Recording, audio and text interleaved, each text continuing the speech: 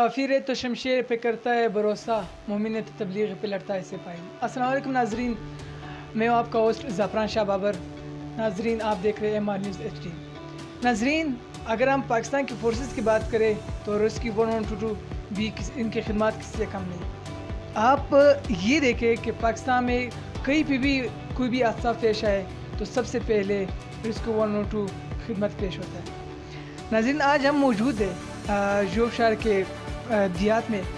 यहाँ पर रेस्क्यू 112 का एक छोटा सा कैंप बना हुआ है जहाँ इनकी खिदमत में, अगर हम इनकी खिदमत की बात करें तो ये मेरे सतह से अल्फाज नहीं है, लेकिन खरीदीन पेश करने के लिए मैं वो अल्फाज पेश करूँ। नाजरीन आप ये देखें कि इस दफ़ा ईद गुज़र गई, रमज़ान थी, चाहे जो भी मसले थे इनके घर में बहुत से मसाइल होते हैं, बहुत से मसाइल के शिकार होते हैं, लेकिन उन्होंने उन मसाइल को दूर रख कर अपनी कौम की खिदमत के लिए और अपनी ड्यूटी को सर अंजाम देने के लिए यहाँ पर पेश है।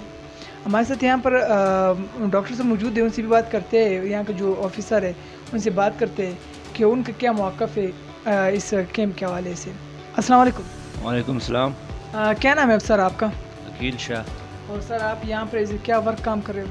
सर मैं यहाँ पे as a emergency medical technician काम कर रहा हूँ। सर बताएगा, ईद गुज़र गई, आप लोगों ने ईद यहाँ पर गुजारा था, तो सर क्या फील कर रहे थे? बच्चों को मिस कर रहे थे, घर वालों को मिस कर रहे थे या नहीं, या फिर जो है ना कौम का जज्बा ही था आप लोगों के साथ? नहीं, आपकी बात सही है, बच्चों को और घर को मिस तो करना चाहिए, बल्कि करते ही हैं, लेकिन जो आपने कौम के जज्बे की बात की, ये हमारा फ़र्ज़ है, हमारी ड्यूटी जो है ना ये बहुत ज़रूरी है। हमें इन शाहराहों पर जब इन्होंने तैनात किया है तो हमें पहले अपना फ़र्ज़ अदा करना चाहिए, और इसीलिए जो है ना ईद पे हमारा फ़र्ज़ हमें रोकता है यहाँ पर ड्यूटी करने के लिए। वैसे तो जैसे आपने कहा था कि फीलिंग्स तो सबकी होती हैं, लेकिन फ़र्ज़ पहले आता है इससे। यकीनन सर आपने फ़र्ज़ की बात की, तो सर आप हमें बताएगा कि तकरीबन 2.5 साल हो चुके हैं आपको इस कैंप में होते हुए, और ये काम जब से बना है, तो ये 2.5 साल में कितनी आप लोगों की आर्टरीज होगी, मतलब कितने हादसा हो, इंसिडेंट हो गए, आप लोगों ने कितने रेस्क्यू किए, कितने नहीं किए? सर एग्जैक्टली तो बता नहीं सकते, लेकिन आई थिंक 800 से 1000 तक आरटीएस ये 2.5 साल में हो चुके होंगे जो हमने रिस्पॉन्ड किए हैं अभी तक। और इसमें डेथ कितनी थे? सर डेथ के रेशो थोड़ी कम है, क्योंकि जो on the spot death expiry हो जाती है वो तो हो जाती है, लेकिन जो हमने रिस्पॉन्ड किए हैं इंशाल्लाह अल्हम्दुलिल्लाह वो उनकी एक्सपायरी नहीं हुई है, लेकिन जो ऑन द स्पॉट डेथ हुई है आई थिंक 50 to 80 ऐसी होंगी। अच्छा सर ये भी बताएगा, यकीनन आप लोगों का कैंप है तो यहाँ पर इशू भी आप लोगों के लिए होंगे, तो ऐसे कौन से इश्यूज़ है जिनके ऊपर आप कहते हो कि गवर्नमेंट ऑफ बलूचिस्तान से आप कहना चाहते हो कि आप हमारी इशू जो है ना ख़त्म करवा दें? फ़िलहाल तो हमारे ऐसी कोई इश्यूज़ नहीं है। गवर्नमेंट ऑफ बलूचिस्तान का शुक्रिया अदा करते हैं, वज़ीर आला साहब का, और हमारे आला अफसरान जितने भी हैं उनका शुक्रिया अदा करते हैं, क्योंकि वहाँ उन्होंने हमें यहाँ पर इस देहात में हाईवे के ऊपर बहुत सी फैसिलिटीज़ दी हैं, वो चाहे हमारे रिहाइश के हवाले से हो, या फिर मेडिकल इक्विपमेंट्स के हवाले से हो, या फिर मेडिसिन हो, मतलब हर मतलब मंथली बेसिस पर हमसे पूछा जाता है, हमारे जो इश्यूज़ होते हैं उनको हल किया जाता है, तो हम गवर्नमेंट ऑफ बलूचिस्तान का और अपने आला अफसरान का सबका शुक्रिया अदा करते हैं इस हवाले से। सर एक यकीनन आपकी बात है कि आप लोगों के कोई इशू नहीं, जब होते भी है तो वो ऑन द स्पॉट कंप्लीट कर दिए जाते हैं। अच्छा सर यहाँ पर आप दियात में रहते हो, तो क्या दियात के लोगों से आप लोगों का कम्युनिकेशन लेवल किस तरह है, या फिर उनसे रिलेशनशिप के हवाले से फिर वो किस तरह आप लोगों के साथ बिहेवियर करते हैं? क्या वो तो मिस बिहेवियर नहीं करते आप लोगों के साथ?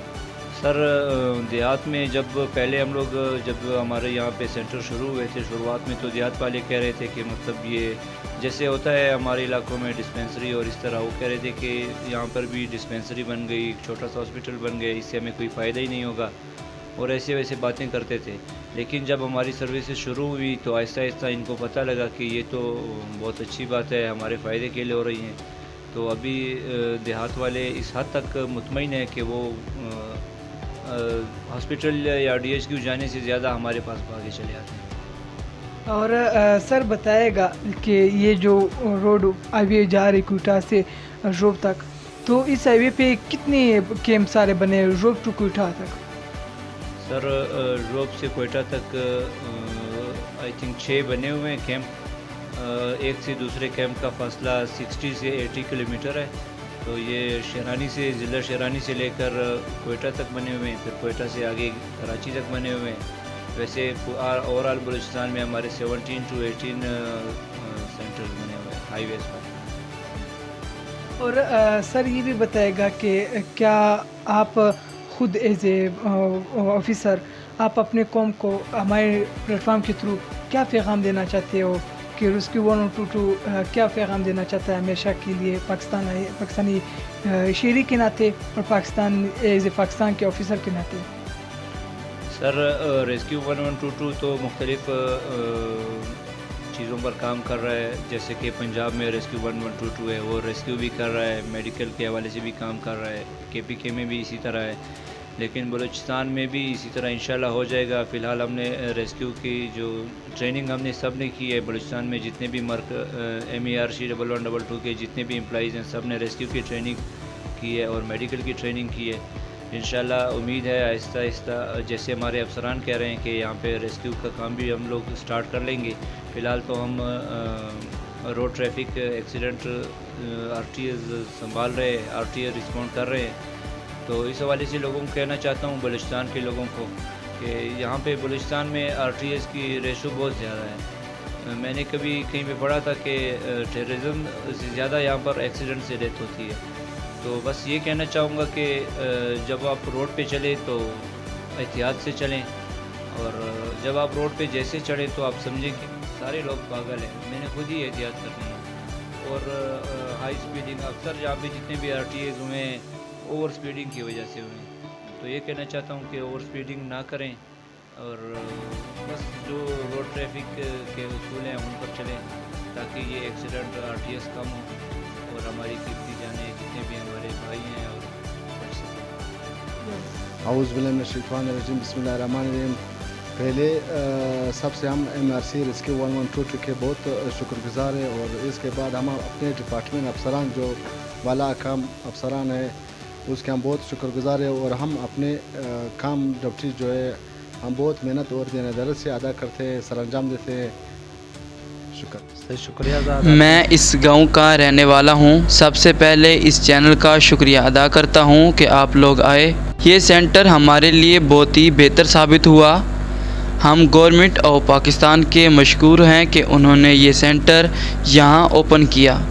اعوذ باللہ من الشیطان الرجیم, بسم اللہ الرحمن الرحیم. میں سب سے پہلے میڈیا کا شکر گزار ہوں, اور اس کے بعد ریسکیو 1112 والوں کا شکریہ ادا کرتا ہوں کہ ہمارے علاقے میں انہوں نے یہ برانچ اوپن کیا جہاں پر نہ کوئی سکول تھا نہ کوئی ہسپتال تھا. اور اب شکر ادا کرتا ہوں کہ یہ سب چیزیں موجود ہیں. جب بھی کوئی انسان بیمار ہوتا تو اسے ہسپتال لے جایا جاتا جہاں پر نہ کوئی علاج ہوتا, اور اب شکریہ ادا کرتا ہوں کہ اب یہ سب چیزیں یہاں موجود ہیں.